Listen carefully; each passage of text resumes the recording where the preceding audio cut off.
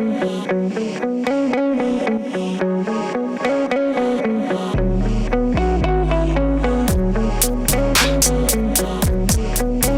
everybody. It's Ben from Grappling Insider. Today, I am joined by one of the fastest rising elite no-gi competitors in the world. He's a brown belt under Craig Jones, and he recently won the ADCC European Trials. Jozef Chen. Joseph, thanks for joining me today. My pleasure. So I want to kind of get right into it, man. This is the first time that you and I have spoken. So just tell me a little bit about your background and specifically your beginnings in jiu-jitsu, like how and when you found it and what you liked about it at the beginning. Sure. So I was introduced to jiu-jitsu, like I think like a lot of people through MMA. So this was like back when I was in school, and me and my friends had an interest in MMA, so we'd like play UFC 3 and then like watch a lot of the UFCs. And then at one point we were like, oh, maybe we should try like do a lot of this stuff. So we basically just looked up like our local jiu-jitsu school, and that's how it started. And so yeah, I, Okay. a lot of people MMA was the gateway. No, that's pretty typical. How old were you when you started? This was I just turned 14 when I started training. So Okay. And did you take to it quickly, or was there like a learning curve? Kind of how did it go at the beginning? I mean, I think back then I was like I did sports in school, so I mean, being in a gym with like mostly people who are like hobbyists, and there were no real competitors at the gym I started at. So I did get beat up pretty badly, but there were also people that I could do well with immediately. So it wasn't too bad in that sense. But I once I started, I really enjoyed it, and I started primarily doing no gi, but I then later started doing more gi. But yeah, I really enjoyed it once I started. So what you're kind of describing just sounds like a normal any person starting jujitsu. When did things start to be different for you? So I would definitely say during COVID, because during COVID I was like in a situation where I could still train, but I didn't have the obligation of schoolwork. So at that point I was able to just train a lot and then watch a lot of instructionals and listen to a lot of podcasts, and that's what I would spend all of my time doing. And so after that period of time of like 3 months, I talked to my mom. I'm like, Mom, maybe I can try to do this a little bit more and like try to like train every day and so on and so on. So yeah, that's kind of how it happened. And so after that, because I got before that, I hadn't really had a taste of what it was like to train every day and like kind of train full time per se, in the sense of like watching instructionals and spending most of my time doing that. So after that, I was like, okay, I definitely want to try this. And then I made like a whole like I tried to make a proposal on how I could try to make this work. Yeah, it Oh, seems to be working well at this point in time. and then how old was that? So during COVID, I'm just trying to put the ages here together. But during COVID, this was probably 2020. So mid 2020, I was probably like 15 and a half, maybe not 16 yet. I remember I was an orange belt. So That's crazy.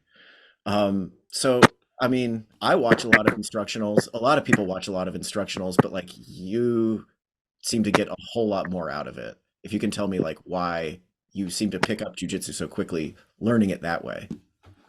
yeah, I mean, I think there are a lot of factors involved because it wasn't just the instructionals. I think I also came up in an environment that was very conducive to this type of improvement. Like my coach was like very open to me watching instructionals and like very like helpful in this regard. So yeah, like I would bring stuff to him and then he'd give his perspective and we'd play around with certain techniques, and the gym was open to me also practicing my own techniques during classes and so on and so on.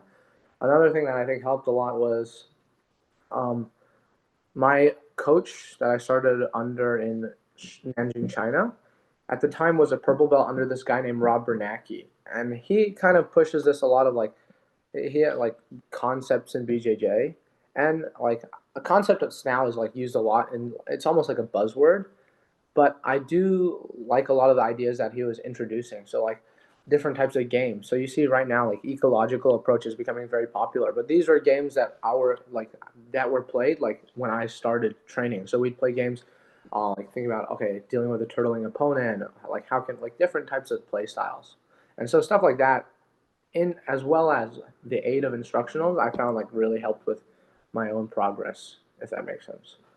Yeah. What's up, everyone? Chances are, if you're tuning into this interview, you probably train in jiu-jitsu, whether it's in the gi, no gi, or both. I've been training for about 13 long years now myself, and when it comes to the gear that I like to use, I personally recommend Rev Gear. They have a premium gi that I love. They have an ultralight competition gi. They have grappling shorts. They even have rash guards that are pretty understated in design, but still really sharp looking.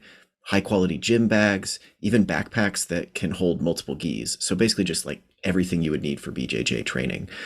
The best part for me personally is that nothing on that site will break the bank. We're not talking $75, $80 rash guards or $250 gis. Everything that RevGear offers is super reasonably priced, which personally I love.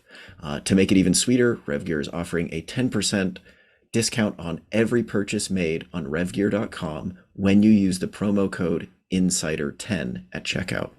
That's INSIDER10 for 10% off anything and everything you buy on the site. I will also drop a link in the video description below. Again, I cannot recommend their stuff enough. Everything I have from RevGear fits well, it's solidly made, and in my experience, holds up great in the long run.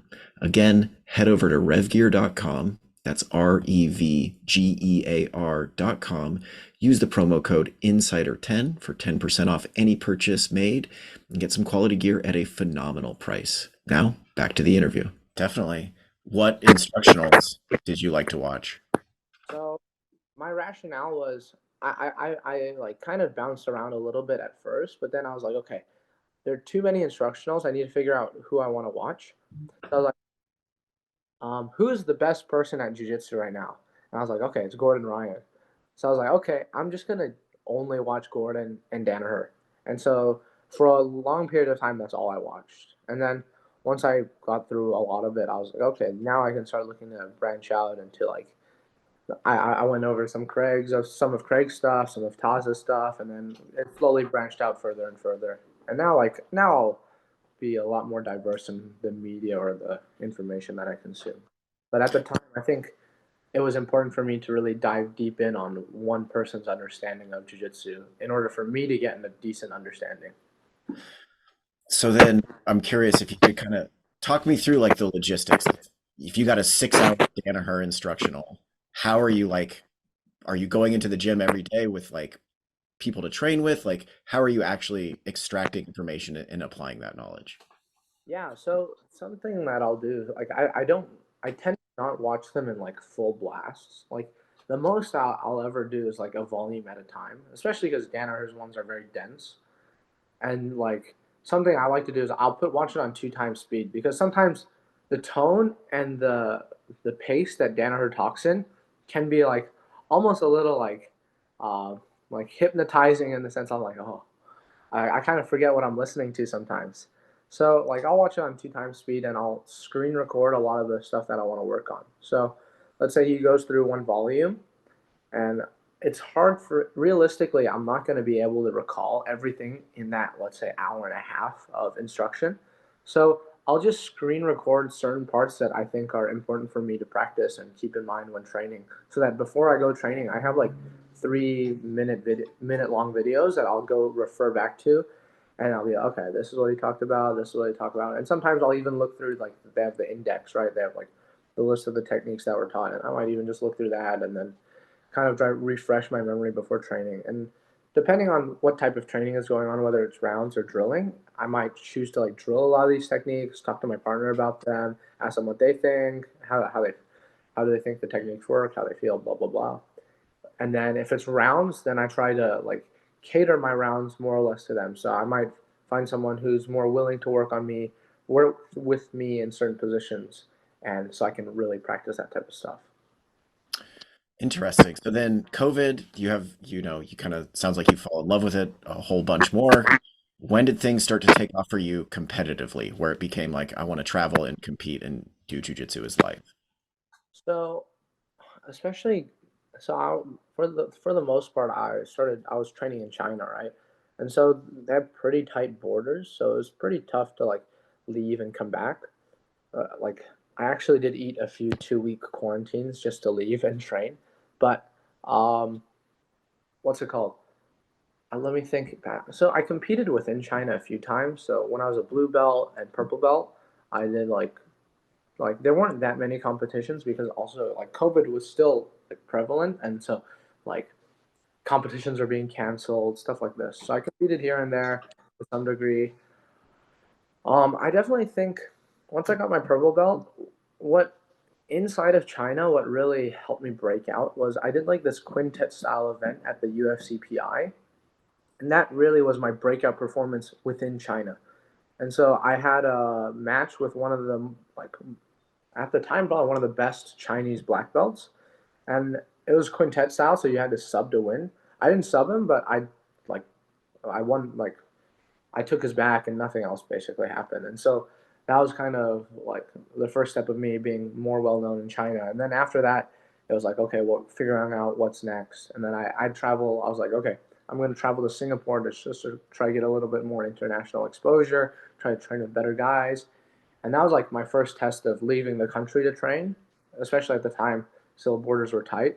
So that happened, came back to China, and I was like, okay, now let's go to the US next. And then around that time, that when I was able to like afford to make a trip to the US, that's when I came to Austin. And then how did you connect with Craig? I mean, I was always a fan of DDS, right? After watching like Danaher and Gordon's instructional. So I knew I wanted to go train with them. Like before they split, I was like, okay, I'm going to go to New York. And then they went to Puerto Rico. I was like, okay, I'm going to try to go to Puerto Rico. But by the time that I actually had the means, they'd had split up and then gone to Austin. So at the time, I was still unsure of which one I was going to go to. I was like, okay, I'm not really sure which gym I'm going to go to just because like I like both gyms a lot. Like obviously there's Craig, Nicky Ryan, Nicky Rod, Ethan on one team. And then on the other team is like Gordon, John, Taza, so on and so on. So it's pretty tough, like in terms of figuring out which one I wanted to go to. But I think I went to Henzo's and I went to B Team, and one was like obviously the mat space at Henzo's was pretty small, so that made it tough to get like proper training in, and I wasn't sure if I was going to be able to make it to the other team. And as well as I found that like the structure of training was a lot more strict compared to B team. I felt like I had a lot more autonomy. So just kind of via like that rationale of me having structured my own training previously, I wanted to retain that ability. I decided like going with B team was like a better fit for me. So Yeah, no, I think that makes sense, especially describing your start in jiu-jitsu. I'm curious, was there any sort of like shock going from training at a smaller team to suddenly in a room filled with professional grapplers? Was there any sort of like difficulty in that transition? I mean, I mean, definitely in some regards. Like, I was more starstruck than anything, to be honest. I was like, oh my God, I saw you. I've watched your instructionals. I've seen you on the internet. Seen you compete. And now I'm like, they're in real life in front of me. So that was a little bit weird, especially at first. But then after that, yeah, it was definitely like not the steepest learning curve, but there definitely was one because there are a lot of techniques that I had not been like necessarily exposed to. I've been maybe exposed to in the sense of I'm aware of them, but not having had them done on me. Because like coming from a smaller team, not everyone's like at the time. I remember I got high stepped so many times. I was like, oh my god, I'm not used to dealing with this. And but like similar to like with what I've had to do in the past, where it's like you encounter a certain problem, then you have to take steps to figure out, okay, how can I look to deal with this? And after having done that, it wasn't like um, too steep of a learning curve that I wasn't able to overcome it. So it was fine after a couple months of just kind of feeling it out. And then the flip side of that is you obviously got really good training at a smaller team, not against elite professional grapplers. Do you have any tips for somebody who wants to compete at a super high level, but they're not at the B team? Yeah, so I mean, I do think there's something to be said about training with people who aren't necessarily all competitors, because I think there is a benefit to it. I think a lot of people have this idea that you have to train with people who are like world class in order to get to this level per se. But something at least I keep in mind for my own training would be I find that when I train with people who are like of lesser skill than me, And that can be like, it doesn't necessarily matter if they're professionals or hobbyists, but so long as that like their skill relative to my own and their degree of commitment, right? Because like a competitor is going to be probably a lot more committed than a hobbyist. I mean, there's honestly some hobbyists that train probably to the same degree as many competitors, because you'll see people who are like hobbyists per se, and they'll be training every day, like that, and they're there consistently for like years, you know. Whereas like the competitor can have a very similar schedule, and oftentimes what distinguishes the two is one competes and one doesn't. So like I feel like this distinction is kind of arbitrary at times, but I mentioned it anyways. But like when I train with people who are of lesser skill than me, I find that it's an opportunity for me to kind of like play with new ideas and kind of give new ideas environment to like they're viable.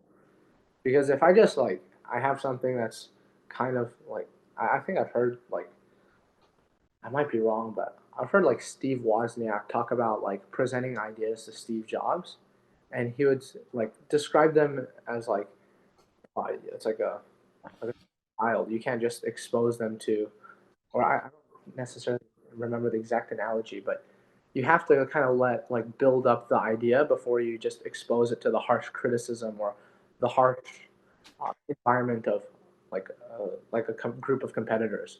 Because if I'm not very good at something and I have an idea that I feel like may work, but I'm not completely familiar with it, and I try it against someone who's very good, the likelihood is it's going to fail pretty badly. So having that environment to kind of let it grow a little bit and kind of figure out the kinks per se, that I think is very important.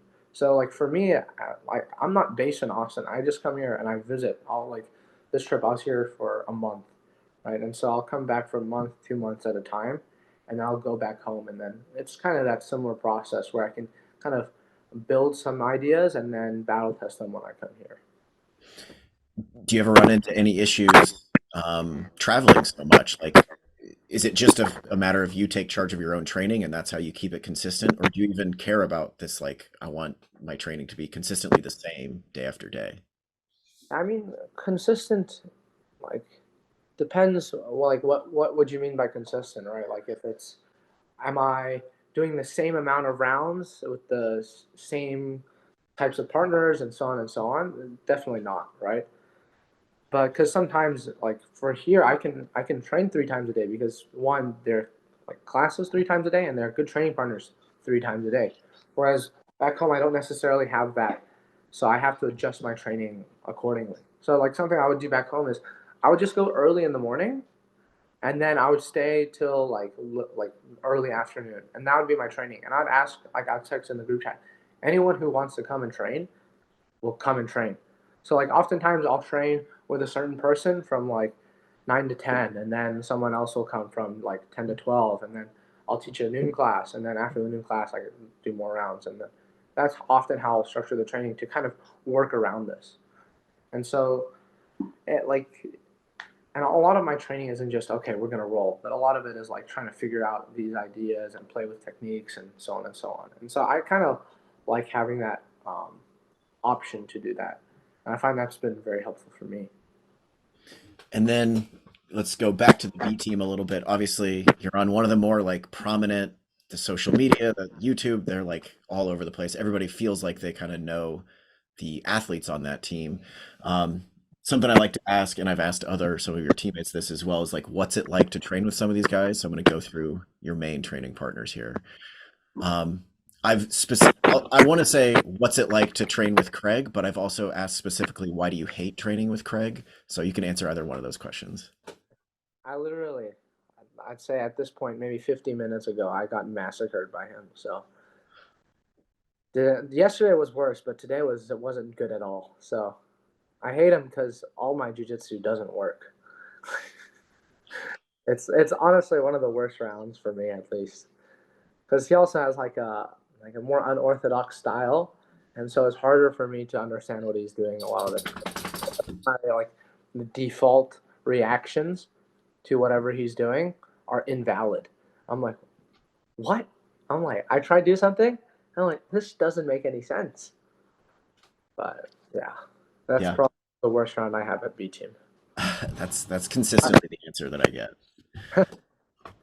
What's it like rolling with Nicky Ryan?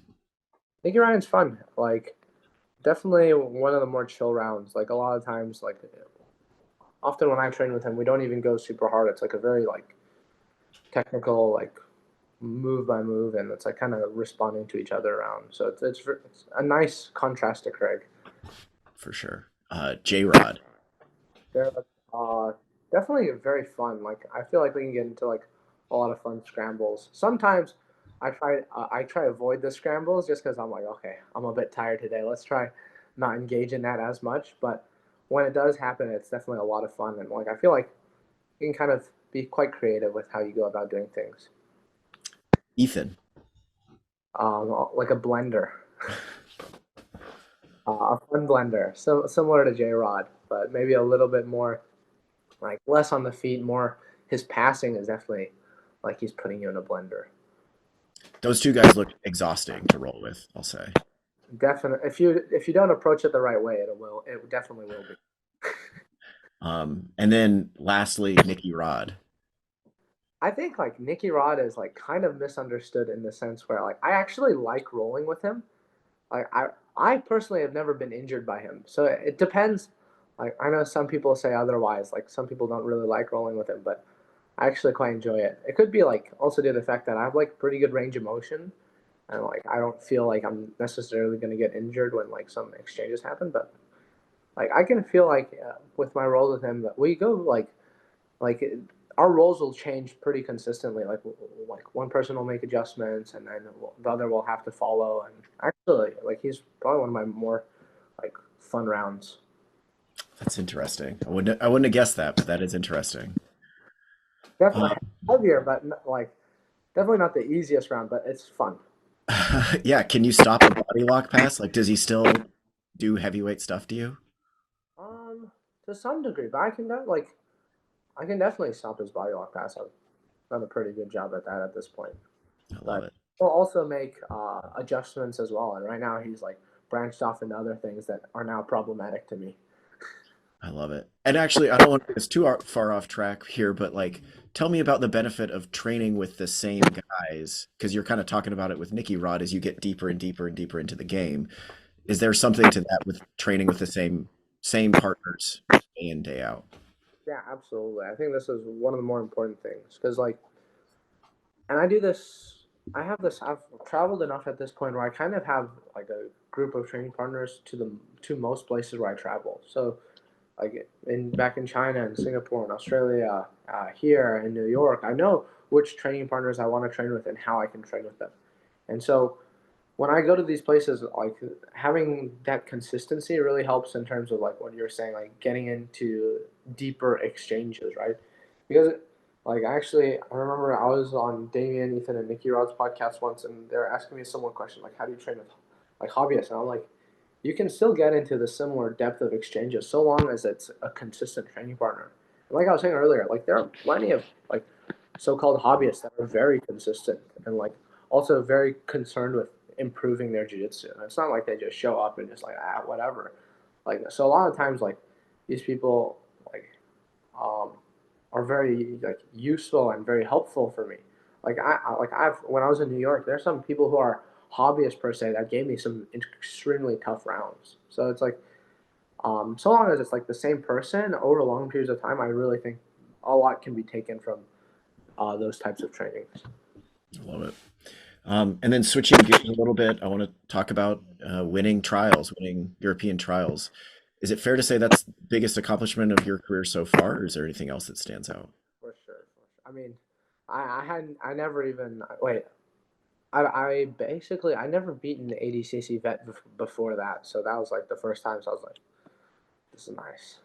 Yeah, and you beat three in that tournament: Mateusz Szczecinski, Tommy Langaker, Oliver Taza in the finals. Um, I guess first of all, just tell me like what went right in that tournament. What was clicking for you? Yeah. So I mean, I was definitely focused on like my training was definitely geared towards like a performance based like approach to training where it wasn't like I wasn't messing around with new techniques very much. And like I think that's something that you have to kind of stop when you're in camp for competition. And so I just basically was doing my A game for like 2 weeks prior, and having like shorter, like I wouldn't train as much, but I would train at like a higher intensity, obviously more geared towards competition. And so I would do rounds that like kind of elicit this like intensity, so like single leg rounds and stuff like this, and doing that to really push myself, as well as like the coaching that I had. So my friend Dima, he really helped me a lot in, especially with the European trials. Like he basically wrote me a plan for all of the better guys in my more notable guys in my division and the ways we can start looking to approach matches. And I think having someone like that who you kind of trust to make these decisions for you, and so the only thing you have to worry about is listening to him and competing, as opposed to I was like, oh, like overthinking the match in your head. Because I didn't really have to do that. And I think having someone outside of yourself do that is very useful, because then you don't like you can see they see things more objectively than you can. Because if I'm thinking about myself versus someone else, I'm pretty biased, whether it be for myself or against myself, depending on how I see me relative to the opponent. Versus like having that like a coach or a third party kind of be able to do that for you, I feel like can be a lot more useful. And then in that tournament, I feel like we saw a lot of guard passing, obviously back takes, like kind of foundational ADCC skills. Is it fair to say that that is your current A game? Yeah, I would definitely say like passing has been my A game for a while at this point, even before that. But I just never necessarily had the opportunity to display it. Like, I definitely think like so. For example, like Aiga, I fought three guys who I think would be very difficult for me to get top position on. So I was like, okay, it's gonna be hard for me to get on top and pass here. So I couldn't really show my passing there. And so, and previously, like I've had matches that I've done some top game on and passing, but no one really of note. So, like having this opportunity of like being able to play top game against good guys, I think, yeah, I would definitely say right now my top is better than my bottom game. And then leading, so you win trials. Obviously, ADCC is looming large next year.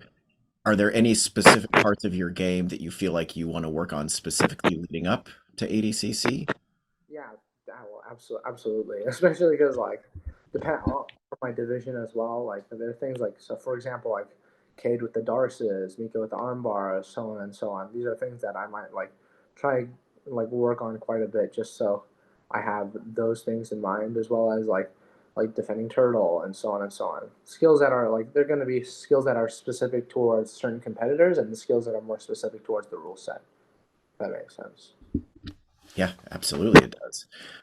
Other than ADCC, do you have any goals, things you want to accomplish in the coming year? So I'll start competing like a couple months out from ADCC and start looking to ramp up in that regard. Right now, I'm having like a bit of an off season where I'm kind of just trying to relax and enjoy training and try to play with some new techniques and so on and so on. But right now, I don't think I have anything scheduled. I finished filming an instructional, so hopefully that comes out at some point. But otherwise, nothing too crazy. What's the topic of the instructional, if you can tell us? So the one I filmed recently was a hand fighting from top. So hopefully that. Okay, I look forward to it. And then switching gears again, I'm curious, you're kind of, uh, I would say, part of a new generation of young grapplers coming up where making a living doing jujitsu is actually like a somewhat viable thing. I'm curious, are you in the mindset right now where it's like, I'm just doing jujitsu and thankful that I can do it? Or is there a part of you that's like, I need to market myself, I need to like build this as a career? Yeah, absolutely. Like I definitely this is something I'm considering, like trying to market myself more effectively. And I think I'm not the best at doing stuff on social media. Like my posts aren't not very consistent, and I'm not very good at necessarily making content. I've tried to some degree to like moderate success, but like B Team is a huge help in this regard, right? B Team is like great in terms of marketing and making content. So I think that's been a huge help for me, and kind of really building some degree of following. Yeah, that makes sense. And then kind of last thing I want to touch on, we've talked a lot about technique, but we can go even deeper if you don't mind. Yeah, sure. Um, so like watching your trials run, not just passing, but specifically your like high tripod passing. You had a ton of success with that. Obviously, like you can't show it to me, whatever, but kind of tell me like what is the crux of that position? What are you focusing on to make it work or not work? Sure. Yeah. So I was actually really happy that I was able to do tripod passing in this one because this is like one of my favorite styles of passing, but I've just basically never been able to do it in competition, at least against anyone good. So having like won the chance and then like actually being able to do it, I was actually super happy with it. So I was like, finally. But so at least for me, the idea behind it is like similar to how you would approach half guard passing, where like conventionally when you pass, you want to pass the legs and then pin the upper body. But the difference with half guard passing is that you're pinning the upper body and then freeing your leg and passing the legs. And so this is like a similar theme to that where we're pinning the upper body via our tripod and then leg pummeling out to get to the pass. So when you do pass, you don't necessarily have to worry about pinning your partner because they're already pinned. So that's a lot of how I approached that, especially against like players like Tommy, right? Someone who's like pretty good at guard retention. If I can pin his back to the mat before I even pummel out my legs, it'll make my job in terms of passing and then actually getting a score much, much easier. I'm curious, and maybe the answer is every guard, but like what types of guards would you specifically say I want to implement this type of passing against? So generally, and actually Tommy was an exception for this, but generally I would do this against a seated opponent. Just because like their upper body is going to be closer to my upper body when they're seated, as opposed to when they're supine, their upper body is a bit further away, and so I find it can be more difficult getting to a tripod when they are like supine. But because I knew Tommy didn't play much seated, I tried working around that and then just tried getting more extension at the upper body to get into the tripod. But generally, the way I play it, it would be more or less from a situation where they're seated and hand fighting and try to win that hand fight. And then just watching it, obviously it works. You had a ton of success against really good guard players, but just watching it kind of breaks the rules of jujitsu, right? You with the hips high, the head down. It looks like you should be off balanced. And I'm curious, like how do you prevent guys from coming up under you? Is there any issue of them kind of doing like a sume gaishi type of sweep over the top? Do you run into those problems doing that kind of passing? Yeah, I mean, like first of all, like tripod passing has been around for a while. Like I know Paul Schreiner. Paul Schreiner has been doing this for like forever, and like there's like Gordon's done it before, and so on and so on.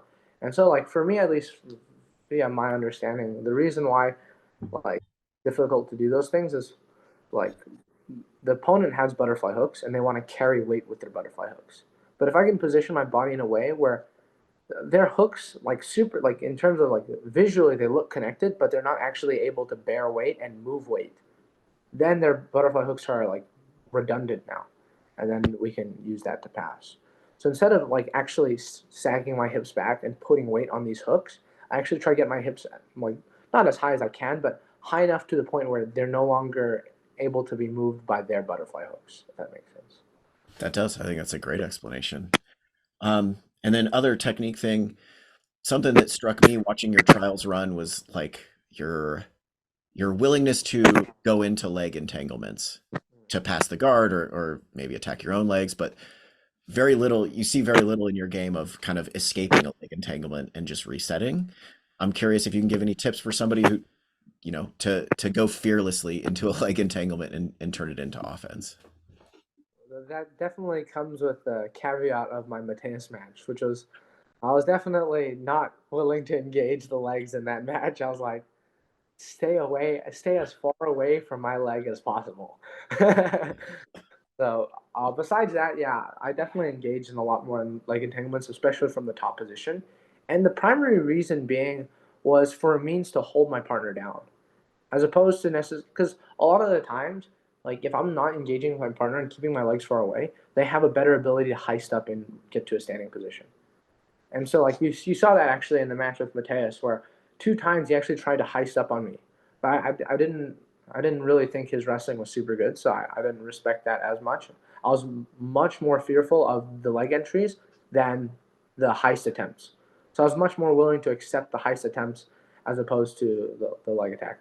Whereas like with the others, like for example, like Tommy and Taza both entered my legs, but I wasn't as fearful for their leg locks just because like with Mateusz, like I mess up once and I'm probably gonna get broken. And I wasn't gonna eat a break. Whereas for the others, I wasn't necessarily concerned with them getting to a similar position on me. This is like with more conventional, like Mateusz is kind of unique in the sense of the way he attacks legs is very different from most other people. So, whereas like Taza and Langacker, I'm fairly familiar with the style in which they attack legs. So I was pretty confident that I was able to defend. Like Taza, like almost got a bite of my heel, but I felt pretty comfortable defending that style of attack. So the primary reason for like me like doing that was to keep him down, right?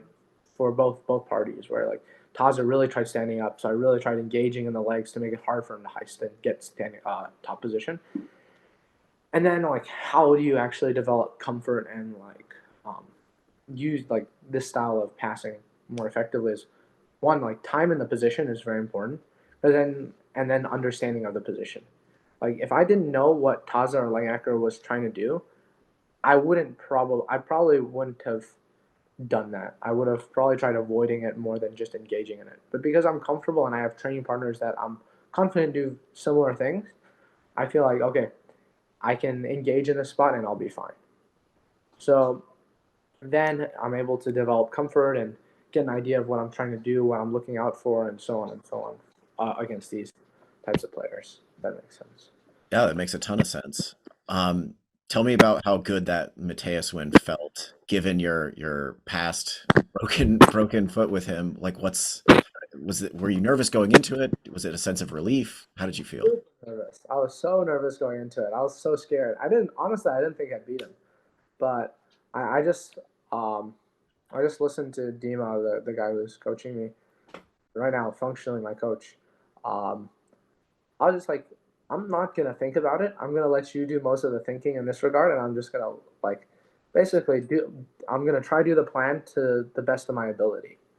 And I didn't really think about if I could win or not. If I did, I definitely didn't think I could actually, because the way he beat me last time, I just couldn't comprehend like how I could overcome what seemed like a huge deficit in like our technical abilities. But yeah, it was definitely a huge relief afterwards. I definitely was having a lot more fun competing after that match, and I was much more willing to like do jiu-jitsu or express let's say like a nicer form of jiu-jitsu after that. I can appreciate that. All right, man, that was all I had for you today. Thanks again for joining me. I appreciate it. Yeah, of course. I appreciate the flexible schedule. I'm sure jiu-jitsu guys can be a little bit, let's say, not the most punctual, and so I was sorry to have to do that. But I mean, most of you guys have never had a real job, so I give you a lot of leeway. yeah, I appreciate it. All right, Joseph, thanks again. Have a good one, everybody. Keep an eye out. This guy's up and coming, ADCC, big